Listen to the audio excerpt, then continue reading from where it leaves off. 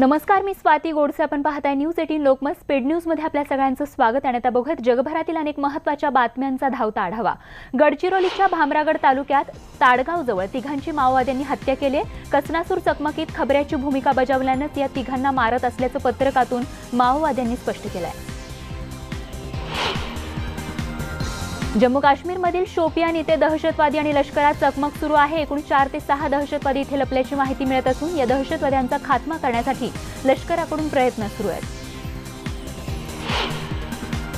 मुंबईतील बोरिवली स्टेशनवर एक गुजराती कुटुंब ट्रेनची वाट बघत प्लॅटफॉर्मवर उभं होतं आणि त्याच दरम्यान एका चोरानं त्यातील एका मुलाचा मोबाईल खेचून पळ काढत रेल्वे रुळावर उडी मारली.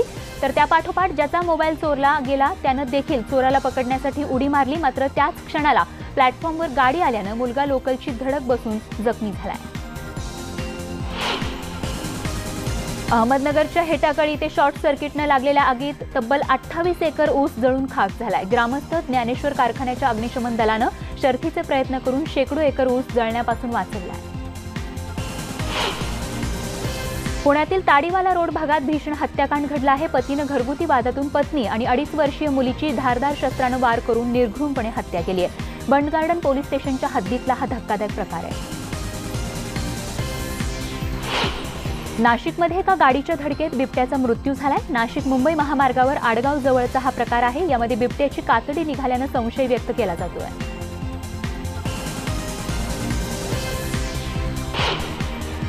पंतप्रधान मोदींसाठी ठाकरे चित्रपटाचा विशेष शो आयोजन केल्याची सूत्रांची माहिती आहे. संसद किंवा राष्ट्रपती भवनात या शोचं आयोजन होऊ शकतं असं सूत्रांनी कळवलंय.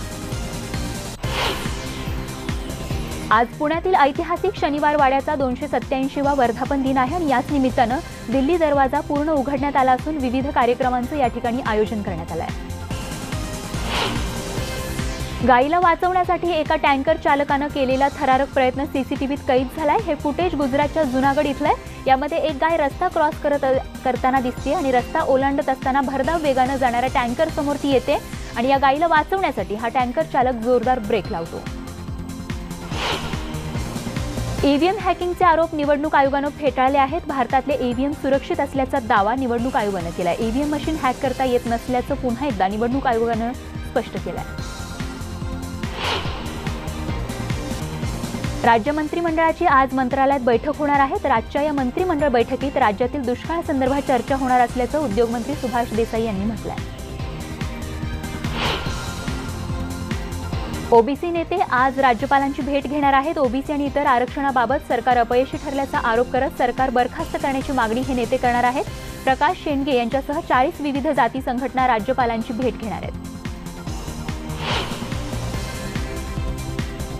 पंतप्रधान नरेंद्र मोदी 23 जानेवारीला मुंबईमध्ये येणार असल्याची माहिती सूत्रांनी दिली. शिवसेना प्रमुख बाळासाहेब ठाकरेंच्या स्मारकाच्या गणेश पूजनाला मोदी उपस्थित राहणार असल्याची शक्यता आहे. लोकसभा निवडणुकीच्या तोंडावर देशभरातील शेतकऱ्यांच्या खात्यात थेट अनुदान जमा करण्याची योजना मोदी सरकार आखत असल्याचं समजतंय. एकूण 70,000 कोटींची ही योजना आहे, जिच्यावर सध्या सरकारमध्ये उच्चस्तरीय बैठका सुरू आहेत. छोट्या उद्योजकांना कमी व्याज दरात कर्ज देण्याची योजनाही केंद्र सरकार आखतंय अशी माहिती सरकारमधील सूत्रांनी दिली. याचबरोबर मोफत अपघात विमा देण्यावरही विचार सुरू आहे. वंचित बहुजन आघाडीच्या वतीनं आज चंद्रपुरात भारिप बहुजन महासंघाचे प्रकाश आंबेडकर आणि एमआयएमचे असदुद्दीन ओवैसी यांची जाहीर सभा होणार आहे. तर दुपारी नागिनाबाग परिसरात ही जाहीर सभा होत आहे. प्रकाश आंबेडकर चंद्रपूरमध्ये अनेकदा येऊन गेले असले तरी ओवैसींचा मात्र हा पहिलाच दौरा आहे.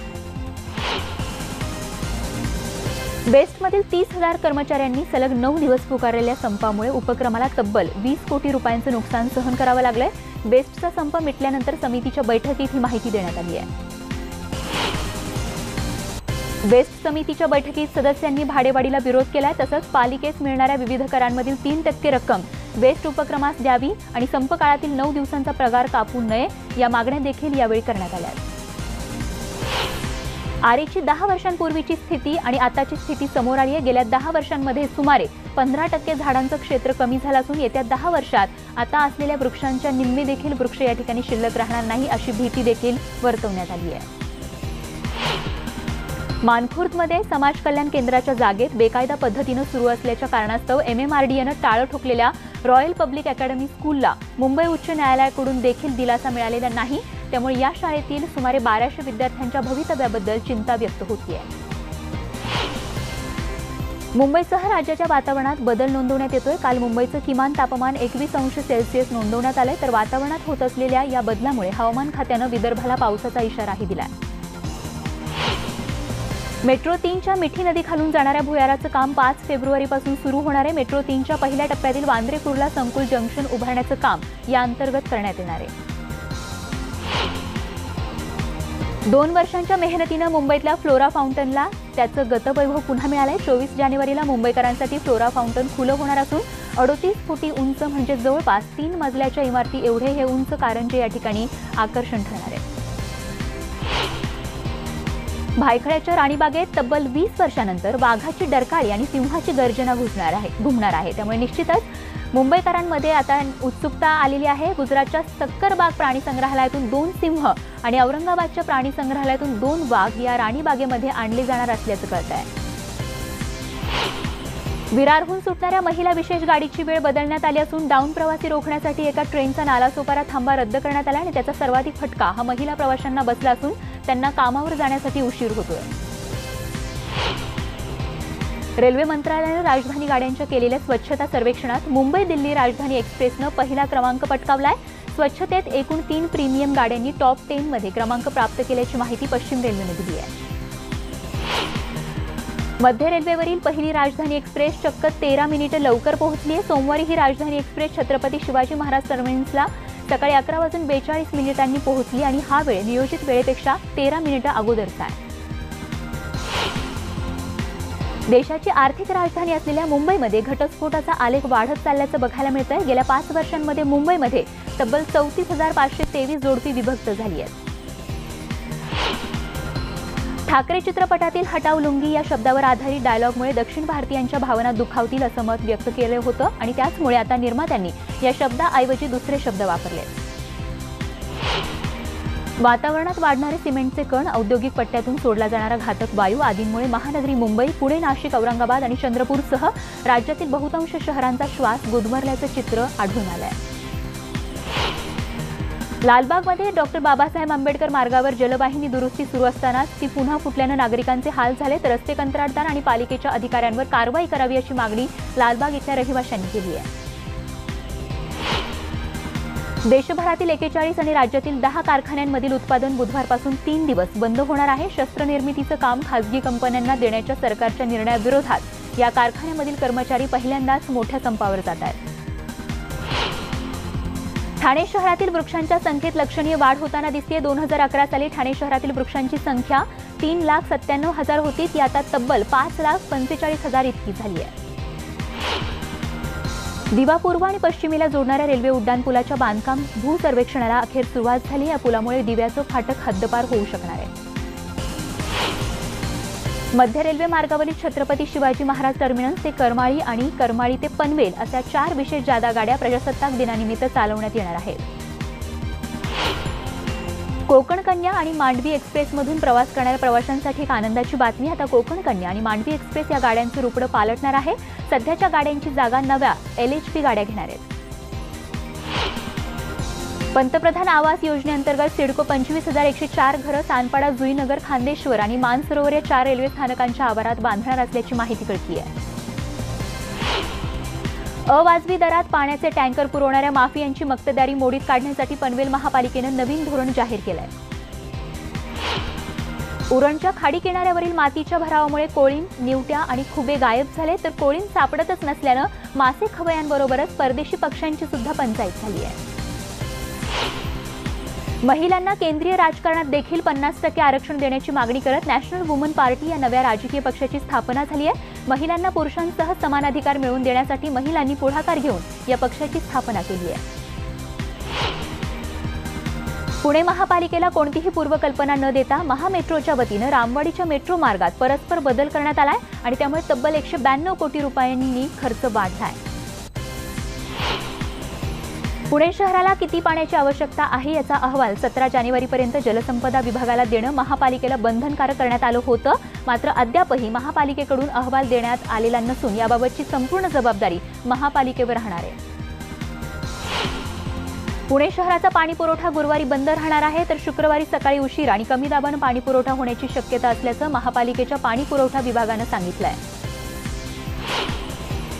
महावितरणनं पुणे विभागामध्ये अनेक वीज ग्राहकांना दुहेरी शुल्कचा झटका दिला. जानेवारी महिन्यात हातात पडलेल्या वीज देयकामध्ये एक नव्हे तर 2 महिन्यांचं स्थिर आकार शुल्क आकारण्यात आलंय. सह्याद्रीच्या पर्वतरांगा आता ट्रेनमध्ये बसल्या जागी बघायला मिळणार आहेत. मध्य रेल्वेनं परदेशातील रेल्वेप्रमाणेच जनशताब्दीला बसवलेले कोचेस पारदर्शक डबे आता डेक्कन एक्सप्रेस, पंचवटी आणि मांडवी एक्सप्रेसला देखील बसवले जाणार आहेत. पुण्यापाठोपाठ आता बारामती विभाग म्हणजेच दौंड, बारामती, इंदापूर या तिन्ही शहरांमध्ये हेल्मेट सक्ती लागू करण्यात आली आहे. औरंगाबादमध्ये स्टंटबाजीची जीवघेणी हौस एका तरुणाला चांगलीच महागात पडली. दोन्ही हात सोडून दुचाकीवर उभं राहून गाडी चालवणाऱ्या या तरुणानं आपलं तोंड फोडून घेतलंय. औरंगाबादमधल्या हर्सुल गावामध्ये एका भोंदूबाबाचा स्टिंग ऑपरेशन करून भांडाफोड करण्यात आलाय. तांत्रिक विद्या आहे असं सांगून गनी कादर पठाण हा 60 वर्षीय इसम लोकांची फसवणूक करत होता. कोल्हापूरला मुंबई उच्च न्यायालयाचे सर्किट बेंच स्थापन करण्याबाबतचे निसंदिग्ध पत्र मुख्यमंत्री देवेंद्र फडणवीस यांनी मुंबई उच्च न्यायालयाचे मुख्य न्यायमूर्ती नरेश पाटील यांना पाठवलंय.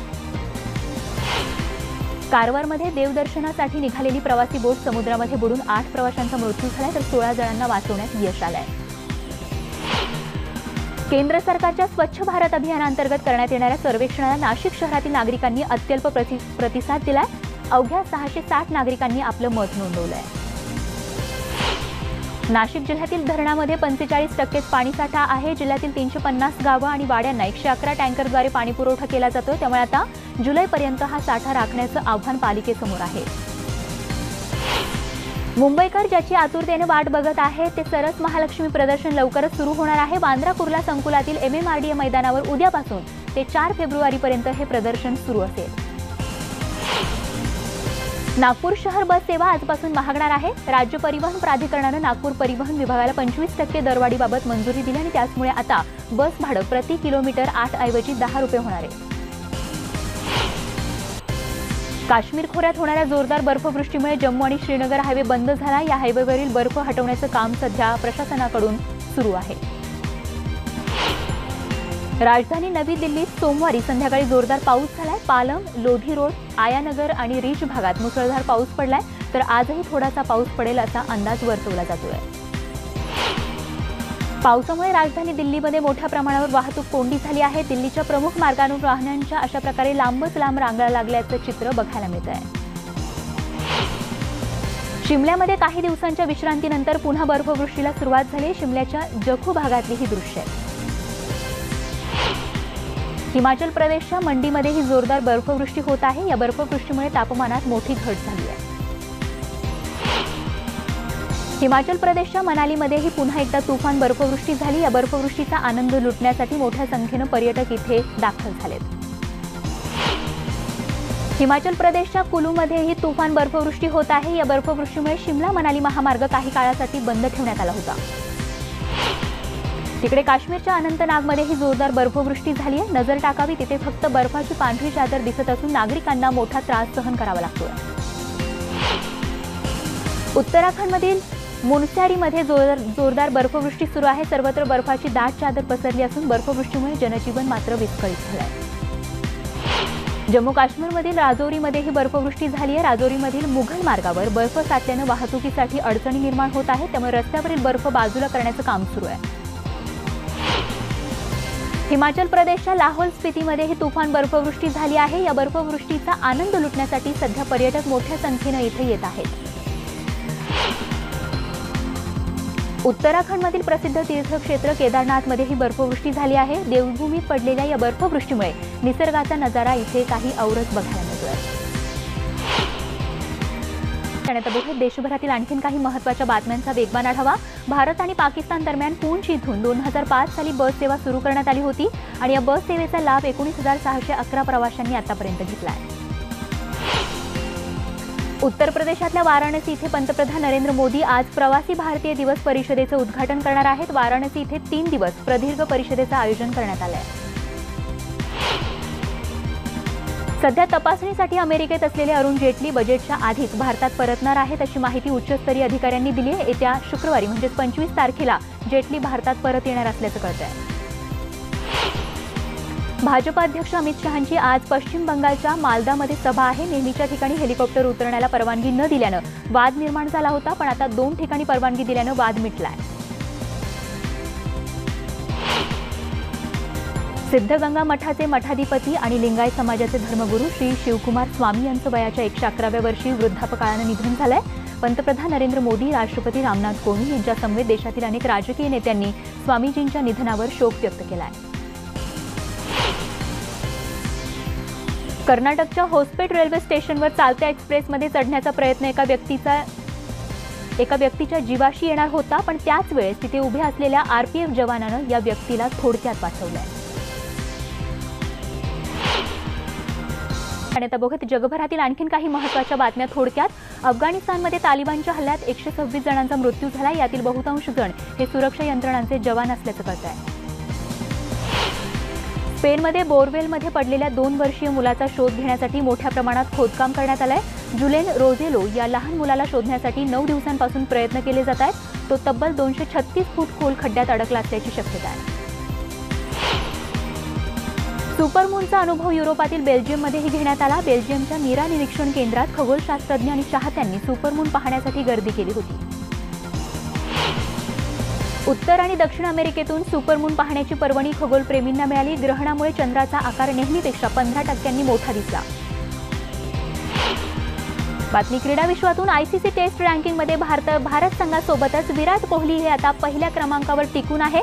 विराटची गुणसंख्या 922 आहे। विख्यात टेनिसपटू रॉजर फेडरर 4 वर्षांनंतर फ्रेंच ओपन खेळणार आहे। उरी या सिनेमानं रिलीजनंतर 12व्या दिवशी 100 कोटी रुपयांचा टप्पा ओलांडलाय। मणिकर्णिका हा सिनेमा रिलीज होण्यापूर्वीच त्याची वेगवेगळी स्क्रीनिंग व्हायला लागलेली आहे। राष्ट्रपती रामनाथ कोविंद यांच्यासाठी राष्ट्रपती भवनात या सिनेमाचा खास शो आयोजित करण्यात आला। राखी सावंत ही लवकरच एका टीव्ही मालिकेतून आपल्या भेटीला येणार आहे। झी टीव्हीवरील मनमोहिनी या मालिकेत एका चेटकिणीच्या भूमिकेत राखी आपल्याला दिसणार आहे।